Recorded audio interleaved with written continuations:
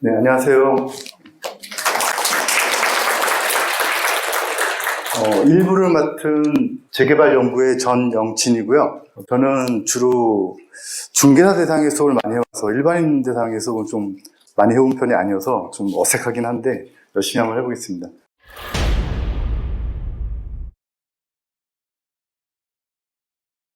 과거와 그다음에 현재의 재개발 재건축이 어떤 포지션에 있는지, 재개발 투자할 때 과거는 어떤 일이 있었고 그 다음에 지금부터 어떻게 흘러갈지 좀 짚어드리도록 할게요. 제가 내년부터 헤럴드랑 같이 내 집만의 라이브 스쿨을 진행하거든요. 혹시라도 관심 있는 분들은 라이브로 수업 들으시면 좋은 경험이 되실 것 같아요. 최근에 뉴스를 보면 제가 드릴 말씀은 재개발 재건축에 대해서만 드리려고 하는데, 그래도 재개발 재건축이 부동산에서 아주 큰 축을 차지하고 있죠. 그래서 재개발 재건축이 어떤 포지션에 있는지를 말씀드리기 전에 이런 뉴스를 많이 보시잖아요. 뭐 몇 년 만에 집을 뭐 어떻게 마련한다, 이런 뉴스도 많이 보는데, 제가 보기에는 뉴스가 좀 맥락이 좀 애매하긴 해요. 뭐 예를 들면 사실 지금 뭐 포항이나 울산이나 이런 데 가면은 그냥 내일 바로 몇백만 원만 가지고 집 살 수 있는 게 많이 있거든요. 그러니까 뭐 15년 만에 30년 만에 이렇게 집을 산다는 건 사실 좀 어떤 기준점에 따라서 다른 것 같아요. 그래서 제가 언론사랑 같이 일을 하긴 하지만 이런 뉴스들을 볼 때 전반적인 트렌드의 방향을 읽어야 되는 거지, 이게 너무 매몰될 필요는 없는 것 같아요. 그런 차이를 좀 보여드렸고요. 저희가 부동산 투자를 할 때 많이 망설이는 이유가 이렇게 계속해서 매매 가격이 왔다 갔다 하죠. 그래서 제일 좋은 방법은 당연히 뭐 저점에 사서 고점에 팔고 저점에 사서 고점에 팔고 하면 되는데, 제 주변에 많은 분들을 보면 항상 거꾸로 하시더라고요. 고점에 사서 저점에 팔고 고점에, 그렇게 하시는데 이런 사이클을 읽기가 상당히 어려워요. 그리고 우리가 부동산 투자할 때 이 정도쯤은 고점인데라고 생각을 해서 갔더니 더 오르는 경우도 많이 봤고, 그다음 또 거꾸로 저점이라고 생각해서 샀더니 더 떨어지는 경우도 많이 봤으니까. 그래서 이런 1위 1비를 하기가 쉽지 않죠. 우리가 그 판단을 하기가. 그래서 제일 좋은 방법은 저는 그냥 앞으로의 트렌드를 읽는 거라고 봐요. 어느 방향으로 가고 있는지, 우상향인지 우하향인지, 그런 걸 좀 짚어드리려고 해요. 이거는 2000년도부터 2009년도까지의 우리가 많이 알고 있는 음마아파트, 압구정, 개포주공의 아파트 가격인데, 2000년도에 한 2억대 음마아파트 했는데 2009년도에 한 10억 정도 갔죠. 그래서 2000년도를 비교해서 봤을 때 2009년까지 한 480% 정도 올랐어요. 물론 아시겠지만 지금 더 올라 있죠. 그래서 이 사이사이에 또 가격이 오르고 떨어지고 많이 했어요. 근데 제가 아까 말씀드렸던 트렌드는 올라가는 쪽이었다는 거죠. 그걸 보여드리려고 하는 거예요.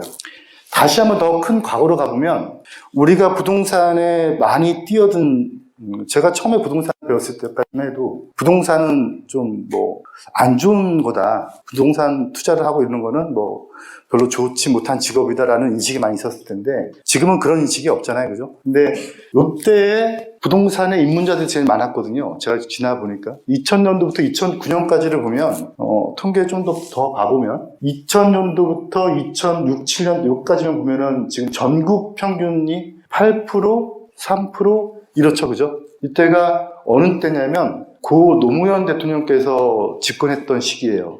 이때 부동산 업계에 가장 많은 분들이 들어오셨죠. 근데 사실 전국 단위 8%지만 서울은 15%거든요. 밑에 보시면. 그러니까 서울 15% 일대를 다시 또 뒤돌아가 보면 음마아파트가 2억에서 10억까지 갔다는 거죠.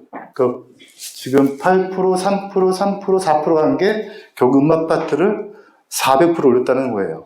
그런데 이때 말고 2002년도 말고 더 이전으로 돌아가 보면 78년도로 가볼게요. 78년도 몇 프로죠? 78년도는 48%예요. 전국 평균이. 근데 48%로 끝나는 게 아니죠. 서울은요? 135%예요. 저때 혹시 기억하시는 분 여기 있으신가요? 네, 저는 기억을 못해요. 저는 그때 한참 말을 배우고 있었을 때라. 근데 저희 아버님이 말씀하시는데 정말 무섭게 올랐대요. 저 때가 이제 막 장영자 씨가 돈 벌고 뭐 이랬던 때죠. 그러니까 지금 우리가 알고 있는 2000년도에 올랐던 거하고 비교도 안 되는 거죠. 저 때는 또 군사정권의 유신체제였단 말이죠. 그럼에도 불구하고 엄청나게 올랐다는 거예요. 그랬다가 88년도에 또 다시 27%, 89년도 31% 이렇게 올랐죠. 그렇게 78년도 한 번, 88년도 한 번, 그리고 98년도에 한번 폭락을 했어요. 다들 아시겠지만 서브프라임이 아니죠. IMF 때죠. IMF 때. 그리고 이게 없는데 2008년도에 한 번 또 폭락을 했죠. 그래서 우리나라는 경제학자들이 얘기하는 주글라 파동이 정확하게 많이 들었어요. 10년마다 한 번씩 어떤 변곡점이 있었다는 거죠. 그래서 두 번의 큰 폭등, 두 번의 큰 폭락, 그 다음에 조정, 그다음 2018년도에 한 번 다시 한 번 폭등을 했고요. 이제 우리는 다시 또 2028년을 향해서 가고 있는데 그때 어떤 트렌드로 갈 거냐 이제 이런 걸 좀 볼 필요가 있다는 거죠. 또 다시 아주 먼 얘기로 가보면 이게 2070년도 저는 지구상에 없었을 텐데 이때 이 기사를 한번 좀 가져와 보면 그러면 면목동 얘기거든요. 화양동 얘기인데 20평짜리가 지금 200만 원이라고 하죠. 그죠? 근데 여기 지금 평당 200이 아니고요. 그냥 채당 200을 얘기하는 거예요. 근데 지금 땅을 사보신 분들이 아시겠지만 이 일대는 지금 현재 가격이 2종이거든요. 한 3천 안팎해요. 좀 비싼 건 한 3,500? 건축이 잘 지어지는 것들. 그러니까 20평짜리만 6, 7억 하는 거죠. 그러니까 어마어마하게 많이 올랐죠. 왜 이런 현상들이 벌어지는지를 또 고민해 볼 필요가 있겠죠. 이게 우리가 알고 있는 영동지구 개발이죠. 옛날 강남이라고 얘기하는 그때 개발들이고요.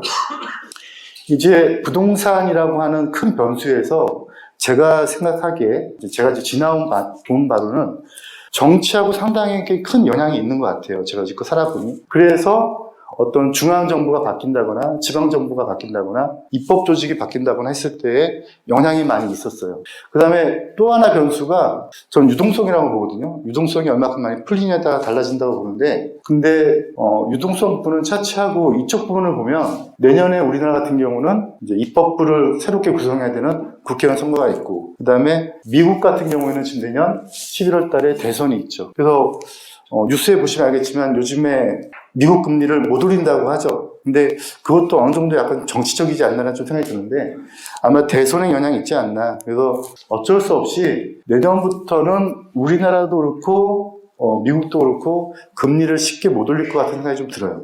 이게 변수가 어떻게 될지는 저도 잘 모르겠지만 그래도 이런 변수들이 분명히 우리 앞에 닥쳐 있다. 일본 사례를 제가 이제 부동산에 있어 보니 많은 그 하락론자들, 저는 하락론자도 별로 맞지 않다고 보고 상승론자도 맞지 않다고 보거든요. 그냥 어떤 한 주장을 오랫동안 하면 그냥 그 주장이 맞는 경우가 되게 많아요. 인디언 기후제죠. 인디언들이 비 오라고 제사를 지내면 비가 오나요? 비가 100% 오죠? 예, 올 때까지 지내면 되니까. 그러니까 하락론자들도 그렇고 이렇게 계속 떨어질 때까지 얘기하면 언젠가 떨어지니까 맞는 것처럼 보이는데 근데 제 주변에 계셨던 하락론자들, 매스컴에 나왔던 분들이 일본을 닮아갈 거다라는 얘기를 해서 제가 진짜 궁금해서 일본을 갔다 왔어요.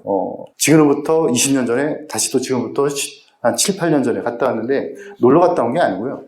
현장이 좀 어떻게 되는지 보려고. 근데 생각보다 일본의 가격이 많이 비싸요. 많이 비싼데 아주 유명한 곳이 있죠. 타마 신도시라고 있어요.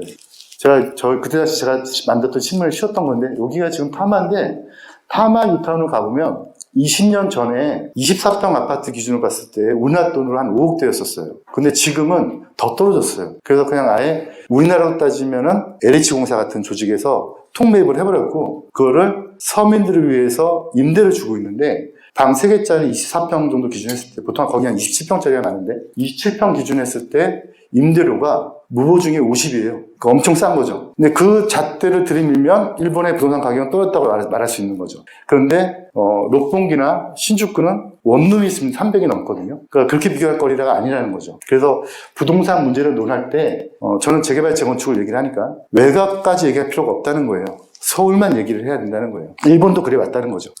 이게 제가 2006년도쯤의 기사인데 옛날 기사예요. 요즘은 뭐 이런 신문들 안 보죠. 옛날 기사인데 요때 당시에 저희 신문에 올렸던 기사 내용을 보면 이걸 좀 확대해 볼게요. 이걸 확대해 보면은 용산이 얼마였냐면 저기에 보면 한 6억 갔다고요. 그로부터 1년 후에 9억 정도까지 올라가요. 막 7억까지.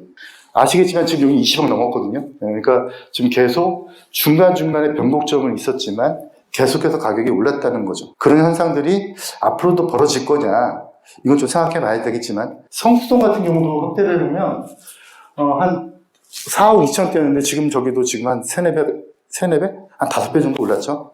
그리고 나서 2007년, 2008년도에 부동산이 미쳤다, 뭐 이런 얘기들, 모델하우스에서 줄이 이렇게 쓰고 하는 일들이 벌어졌죠. 다 알려진 얘기들인데, 저의 추측은 언제인지는 정확하게 모르겠지만 지금부터 2028년 이전에 어느 한 타이밍에 이런 현상이 한번 벌어질 거라고 저는 보고 있어요. 왜 그러냐면 공급 물량이 너무 없다는 거죠. 문제는 외곽이 아니고 서울시 안쪽에